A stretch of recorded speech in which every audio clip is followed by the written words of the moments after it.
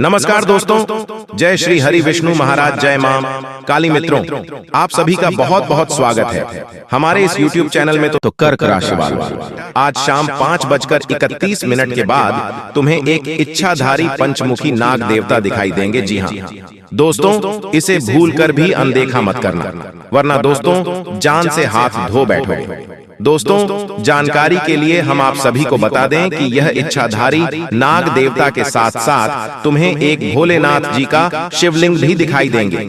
बेटा, आज रखना, तुम इस जगह पे तुम्हें वह सब कुछ मिल जाएगा जो तुम्हें कई सालों से इंतजार था। जी हाँ दोस्तों, बिल्कुल सही सुना आपने। अब भोले बाबा तुम्हें सब कुछ देंगे, लेकिन इसके लिए आपको इस वीडियो को शुरू से लेकर अंत तक देखना होगा और हम आपको जो उपाय बताएंगे उन्हें करना पड़ेगा। तभी तो आपको पता चलेगा कि भोले बाबा को किस तरह से प्रसन्न करना है, जिससे भोले बाबा प्रसन्न होकर शुभ आशीर्वाद देंगे। तो आज की इस वीडियो में आपको यही बताने वाले हैं कि आपको कहां पर इच्छाधारी नाग देवता और शिवलिंग दिखाई पड़ेंगे। जी हाँ दोस्तों, अधिकतर लोग पंचमुखी हनुमान जी के बारे में जानते हैं, लेकिन बहुत ही कम लोगों ने शिव जी के पंचमुखी अवतार के बारे में सुना होगा। शिव जी के इस स्वरूप का वर्णन यजुर्वेद में मिलता है। शिव जी के ये पंचमुख होने का क्या रहस्य और इसका क्या अर्थ जानते हैं। दोस्तों, शिव जी कई नामों और स्वरूपों के देवता हैं। उनके सभी स्वरूप किसी न किसी गहरे अर्थ का प्रतीक हैं, लेकिन बेहद कम जगहों पर शिव जी के पंचमुखी स्वरूप का वर्णन मिलता है। शिव जी ने ये पंचमुख धारण कैसे किया, इससे संबंधित एक कथा है। कथा के अनुसार जब भगवान विष्णु ने एक मनमोहक रूप धारण किया तो उसे देखने सभी देवतागण उपस्थित हुए। तभी शिव जी के मन में विचार आया कि अगर वो पंचमुख धारण करते हैं तो शायद वो भी बेहद आकर्षक लगेंगे। उनके ऐसा सोचते ही वो 5 मुख वाले हो गए, जिसमें हर मुख की 3 आंखें थीं। भगवान शिव के इस स्वरूप को पंचानन कहा गया। उनके हर मुख का अपना एक विशेष महत्व है। भगवान शिव के पंचमुखी स्वरूप का वर्णन पुराणों और वेदों में मिलता है। तो चलिए जानते हैं कि शास्त्र शिव जी के इस स्वरूप की व्याख्या किस तरह करता है। दोस्तों, भगवान शिव के 5 मुख 5 दिशाओं और 5 तत्वों का प्रतिनिधित्व करते हैं। इन 5 मुखों के नाम हैं सद्योजात, वामदेव, अघोर, तत्पुरुष और ईशान। ईशान मुख ऊर्ध्व दिशा का प्रतिनिधित्व करता है और आकाश तत्व का अधिपति है। यह मुख अनुग्रह का प्रतीक है। ईशान मुख से भगवान शिव ने जीवों को आशीर्वाद दिया और उन्हें मोक्ष का मार्ग दिखाया।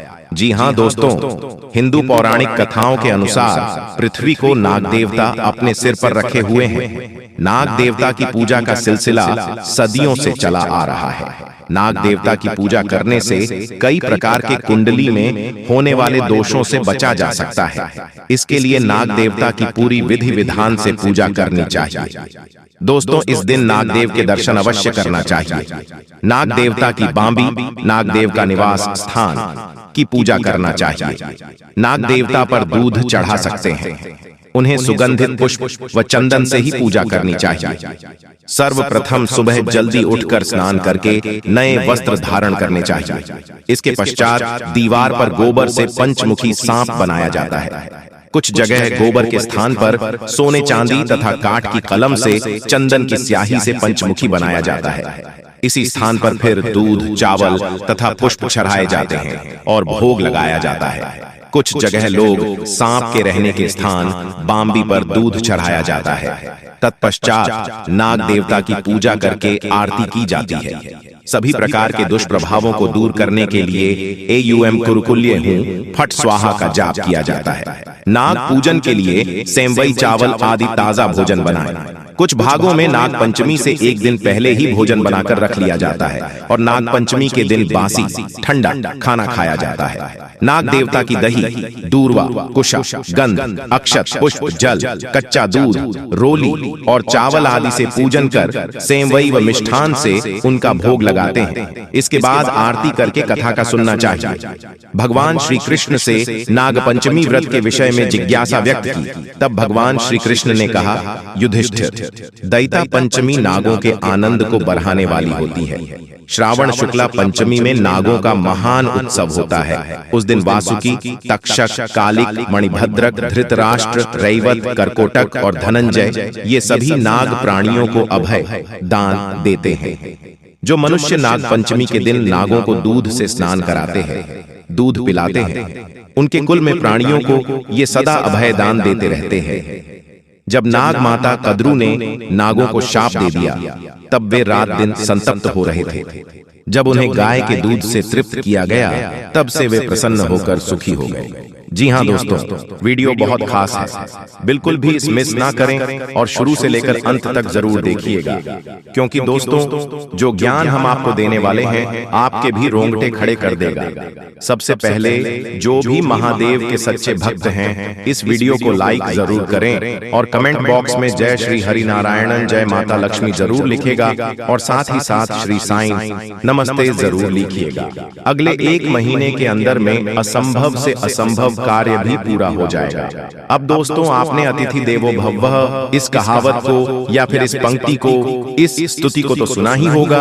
भारत में अतिथि देवो भवः की परंपराएं जाती है, परंतु फिर भी जब हमारे घर में मेहमान आते हैं तो कुछ लोग उन्हें वह बोझ समझते हैं। मन ही मन यह सोचते हैं कि यहाँ से कब उठेंगे, यह उठे तो हम कुछ खाएं, ये उठे तो हम कुछ खाएं, ये यहाँ से उठे तो कुछ कार्य करे। परंतु अगर कोई देवता आपके घर में मेहमान बनकर घुस गए या वह किसी भी रूप में आ सकते हैं और यदि आपने उन्हें भगा दिया, नहीं पहचाना और अपमानित कर दिया, तो दोस्तों फिर सोच लीजिए आपकी जिंदगी का क्या हाल होगा। इसीलिए तो कहा गया है अतिथि देवो भव, यानी कि हमारे दर पर आया हुआ अतिथि हमारे लिए देश के समान होता है। और यही देवता अब आपके घर में घुसने वाले हैं, तो अब आपको उन्हें नाराज नहीं करना है। हमें तो हर मेहमान की पूजा करनी है, चाहे वह बहुत बड़े से बड़ा क्यों ना हो और छोटे से छोटा क्यों ना हो। अगर हम उसकी पूजा करेंगे तभी तो ईश्वर हमें आशीर्वाद देंगे। किंतु द्वार पर आए मेहमान पर इतनी मेहमान करें तो मैं इसके दर पर जब जाऊंगा तो कितना कल्याण होगा। अब भगवान भी आपके दर पर किसी भी रूप में आ सकते हैं, इस बात में कोई भी दोहराए नहीं है। इसीलिए दर पर आए मांगने वाले की दर पर आए, चेक की घर पर आए। मेहमान की कभी भी बुराई नहीं करनी है, उनके खिलाफ मन में कभी भी दिवस्त या गलत भावना उत्पन्न नहीं होने देनी है। और हमें इस चीज का ख्याल रखना है कि हमें आगे बढ़ाना है, उनकी सहायता करने के लिए, उनका नमन करने के लिए, क्योंकि यही आपका सूत्रधार साबित होगा। इस बात को आप हमेशा याद रखिएगा। अब बहुत सारे लोग जीव जंतुओं से बहुत डरते हैं। देखिए, हर प्राणी में परमात्मा का वास है। परमात्मा ने सभी को बनाया है, डरने की कोई बात नहीं है। हमें सभी जीव जंतुओं की रक्षा करनी है, परंतु बहुत सारे लोग कीड़े मकोड़े को देखते ही उन्हें मार गिराते हैं। ऐसा करके वो बहुत बड़ा पाप अपने हाथों से कर रहे होते हैं। इस बात का आपको अंदाजा नहीं होता, लेकिन बहुत बड़ा अनर्थ आपके द्वारा हो चुका होता है। यह आपको बिल्कुल भी शोभा नहीं देता है, आपके पाप कर्मों को बढ़ाता है और आपके लिए अपने महत्वपूर्ण कार्य में अटकने पैदा करता है। तो अब अगर आपके घर में कोई देवता आने वाली है तो वह जीव जंतुओं का रूप लेकर भी आ सकते हैं। मान लीजिए वह किसी जंतु का या फिर जीव का रूप लेकर आपके घर में आ रही है और आपने उन्हें बहुत मार करके भगा दिया। यह थोड़ा छोटा कीड़ा मकोड़ा, उसे आपने अपने पैर से कुचल दिया, तो सोचिए आपके द्वारा कितनी बड़ी गलती हो जाएगी। यही तो दोस्तों परीक्षा का समय होता है। मान लीजिए अनजाने में आपसे अगर कोई गलती हो जाती है तो दोस्तों मौका होता था आपके पास में किस्मत को चमकाने का, उस मौके को आप खो देते हैं। तो हमारा आपसे यही आग्रह है कि मात्र 24 घंटे बाकी रह गए हैं। आज रात 12:30 के बाद कभी भी देवता आपके घर में प्रवेश कर सकते हैं। बहुत सारे लोग ऐसे भी होते हैं जैसे खुद देवता आते हैं आपके घर परिवार में, या कोई भी इसके बाद में हवा में छूने लगते हैं। अलग अलग तरह की हरकतें करने लगते हैं तो उनके चरण स्पर्श जरूर करें। इस रूप में भी वह आपके घर में प्रवेश कर सकते हैं, लेकिन आप उन्हें पहचान नहीं पाएंगे। और दोस्तों, हो सके तो उनके मनपसंद चीज उन्हें खिलानी है और किसी भी तरह से उनसे आशीर्वाद ले लेना है, क्योंकि उनका यह आशीर्वाद आपके काम आएगी। उन्हीं का आशीर्वाद आपके दुश्मनों की चाल से बचाएगा। उन्हीं का आशीर्वाद आपको हर परिस्थिति का सामना करना सिखाएगा। आने वाले अगले दिनों में एक और चाहा तो दूसरी ओर रहा, यानी कि जो चाहेंगे उसी का रास्ता बन जाएगा। परंतु कई बार ऐसा भी हो जाता है कि इंसान मन से जो काम करता है उसका रिजल्ट बहुत अच्छा आता है, और जो लोगों की बातें सुनकर काम करता है उसका परिणाम अच्छा नहीं आता। इसलिए आप भगवान को पूछिए, लेकिन अपने मन से, ना कि किसी दूसरे के कहने पर। अगर आपकी कोई मन्नत पूरी नहीं होती है तो उस भगवान को बदल देते हैं, किसी और भगवान की शरण में चले जाते हैं। वहां पर भी उसकी मन्नत पूरी नहीं होती तो तीसरी भगवान की शरण में चले जाते हैं। और यहाँ तक तो छोड़िए, जब बहुत समय तक आत्म नहीं होता है तो अपने धर्म को छोड़कर किसी और धर्म के पास पहुंच जाता है। मानव यहाँ तक गिर चुका है कि उसे सिर्फ अपना काम पूरा करना है। जी हाँ, तभी वह उन भगवान को मानेगा। देखिए दोस्तों, हम आपको एक उदाहरण के तौर पर बहुत गहरी बात समझेंगे। कान लगाकर सुनिएगा। मान लीजिए आप एक कुआं खोद रहे हैं। आपने उसे थोड़ा सा खुदा और पानी नहीं आया तो आप दूसरा कुआं खोदने लग गए। उससे भी आपने थोड़ा खुदा और पानी नहीं आया, फिर आप तीसरा कुआं खोदने लग गए। इसी तरह से आप कुआं खोदते गए और किसी में भी पानी नहीं आया। पानी न आने का कारण क्या था? आपने सब कुओं को थोड़ा थोड़ा खोदा। अगर आप एक ही कुओं को लंबा खोद देते, गहरा खोद देते, तो 100% गारंटी थी कि उसमें से पानी आ जाता।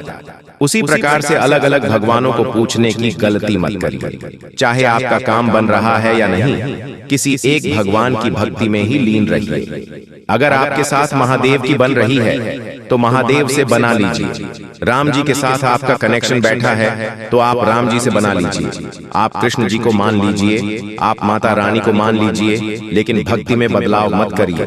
किसी एक ही भक्ति को अपनाइए। आप सब एक हैं, कोई अलग नहीं है। आपका काम जरूर बनेगा, लेकिन आपको एक ही कुएं को गहरा खोदना होगा। क्योंकि दोस्तों, भगवान एक ही है, किंतु उसके रूप अनेकों हैं। जैसे कि दोस्तों, हमने आपको बताया कि यह देवता किसी भी रूप में आपके घर में दस्तक दे सकते हैं। अगर सामान्य आंखों से उन्हें आप नहीं देख पाए तो यह दूसरी बात है, लेकिन किसी का रूप देख करके अगर आपके द्वार पर आते हैं तो चाहे कोई भी आ जाए, मांगने वाला ही क्यों ना हो, उसे आदर सत्कार से कुछ देना है, उसका सम्मान करना है, उसे प्यार भरे ही बोल बोलने हैं, उसे कड़वी बातें नहीं करनी है। यह बात आप खास तौर पर ध्यान रखें, क्योंकि अक्सर जब हमारे दर पर कोई मांगने वाला आता है तो हमारा मुंह बन जाता है। हम उसे कुछ देना नहीं चाहते, हम उसे किसी भी तरह से भागना चाहते हैं। तो यही चीज जीवन में दिक्कत देती है, तकलीफ देती है। अगर भगवान ने आपको किसी को कुछ देने के काबिल बनाया है, देखिए, लेने के काबिल तो नहीं बनाया है, देने के काबिल बनाया है। ये कितनी अच्छी बात है। आपको इसका अभियान रखना चाहिए कि आपको भगवान ने देने के काबिल बनाया है और पृथ्वी गोल है, और आपके पिछले जन्म में आपकी यह गलती हो सकती है, आपको लेने वाला बना दे। इसीलिए हमें तो आज से ही, अभी से ही हमारे कर्मों को सुधारते रहना है, क्योंकि हमें इस जीवन मरण के चक्र में नहीं फंसना।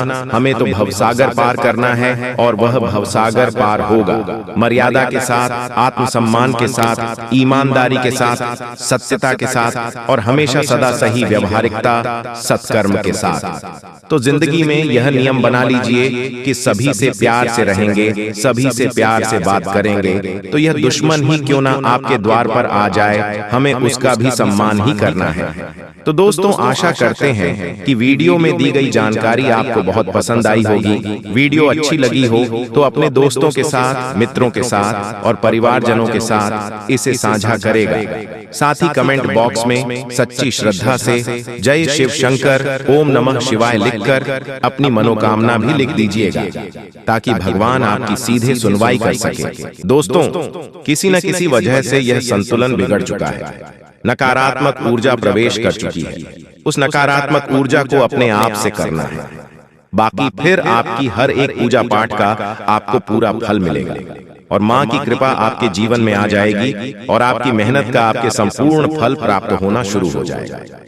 ये दोस्तों बस एक बात आपको याद रखनी है कि जीवन में कोई भी बदलाव रातों रात नहीं आते हैं।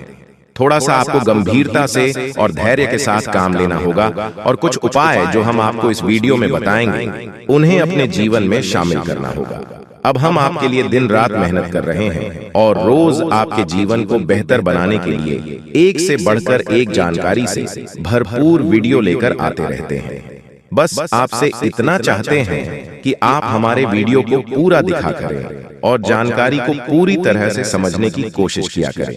अब एक बात जो सबसे अधिक महत्वपूर्ण है और आज का मुख्य विषय है वही यह है, दोस्तों की आने वाली 24 घंटे में आपके जीवन में एक ऐसी ग्रह दशा बनने जा रही है जो कि बहुत चमत्कारी परिणाम आपके जीवन में ला सकती है। बस जरूरत है तो बढ़ाव को मिटाने की। जी हाँ दोस्तों, हम आपको बता दें कि आने वाले 24 घंटे में आपके जीवन में बहुत अच्छे दिन होने जा रहे हैं। बहुत अच्छी अच्छी घटनाएं आपके जीवन में होने वाली हैं और इन घटनाओं के संकेत आपको आज से ही, जवाब इस वीडियो को देख रहे हैं, आज से ही महसूस होने शुरू हो जाएंगे। या दोस्त, और सबसे पहले अंतर आपको यह दिखाई देगा कि आपकी मानसिकता सकारात्मक हो जाएगी और आपकी आत्मविश्वास में बढ़ोतरी हो जाएगी। और सबसे खास बात दोस्तों की आज आपकी रुकी हुई पेमेंट यानी कि रुपए पैसे को लेकर जो आपकी कहीं अर्चना रही थी वह समाप्त हो जाएगी और पैसा आपके हाथों में आएगा।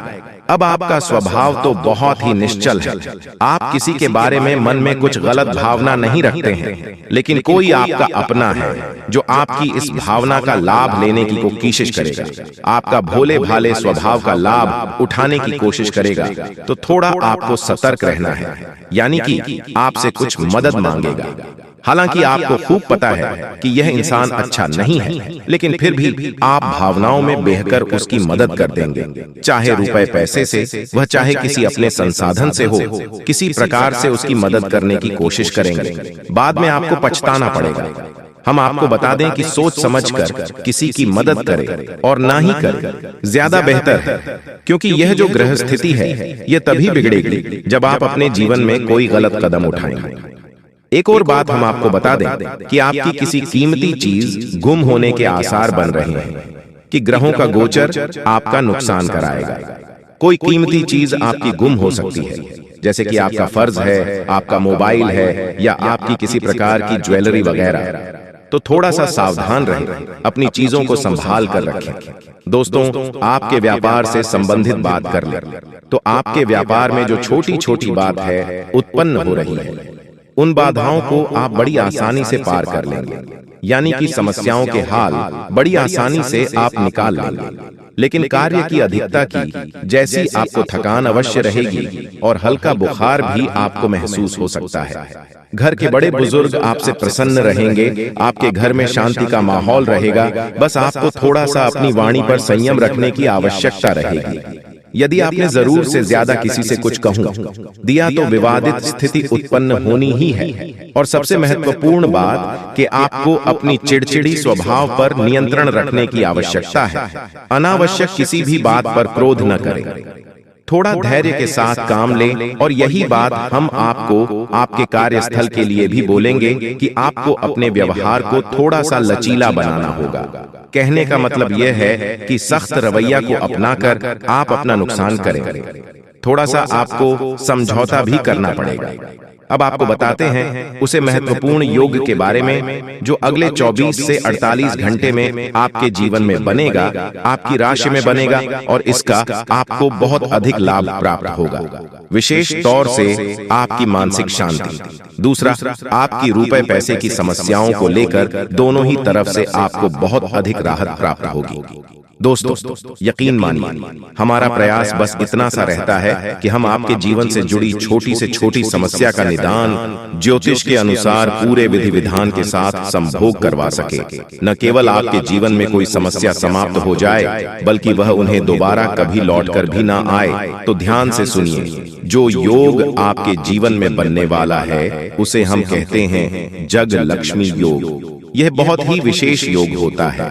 हम पिछले वीडियो में इसके बारे में आपसे चर्चा कर चुके हैं, लेकिन आपने ध्यान नहीं दिया होगा। तो हम फिर से आपको बताने जा रहे हैं, यही योग बहुत अधिक शक्तिशाली होता है और जातक को धन लाभ बहुत अधिक करवाता है, मानसिक शांति बहुत अधिक देता है। बस आपको कुछ सावधानियां रखने की आवश्यकता है। जैसा कि हम आपको पहले भी बता चुके हैं कि आप मेहनत कर रहे हैं लेकिन फल आपको प्राप्त नहीं हो रही है, मनचाही सफलताएं प्राप्त नहीं हो रही है, रुपए वैसे आपकी जेब में रुक नहीं पा रहे हैं, जैसे आते हैं वैसे ही चले जाते हैं। तमाम तरह की और भी समस्याएं, खींचतान और मानसिक पीड़ा आपके जीवन में जो चल रही है, उन सब का कारण कहीं ना कहीं किसी न किसी प्रकार की बाधा है। जी हाँ दोस्तों, इसके उलट आपकी मानसिकता बहुत अच्छी है। आप किसी को जानबूझकर पीड़ा नहीं पहुंचाना चाहती हैं और अनजाने में भी यदि आपकी हाथों कोई गलती हो जाती है तो आप मन ही मन उसका पश्चाताप भी करते हैं। फिर भी आपके जीवन में कष्ट परेशानियां हैं, तो ऐसा क्यों है? सोचने की बात है दोस्तों। ऐसा इसलिए है क्योंकि कहीं ना कहीं किसी न किसी प्रकार की बाधा है जो आपके जीवन में सरलता को आने नहीं दे रही थी, तभी एक कृपा को आपके जीवन में आने नहीं दे रही है। जी हाँ,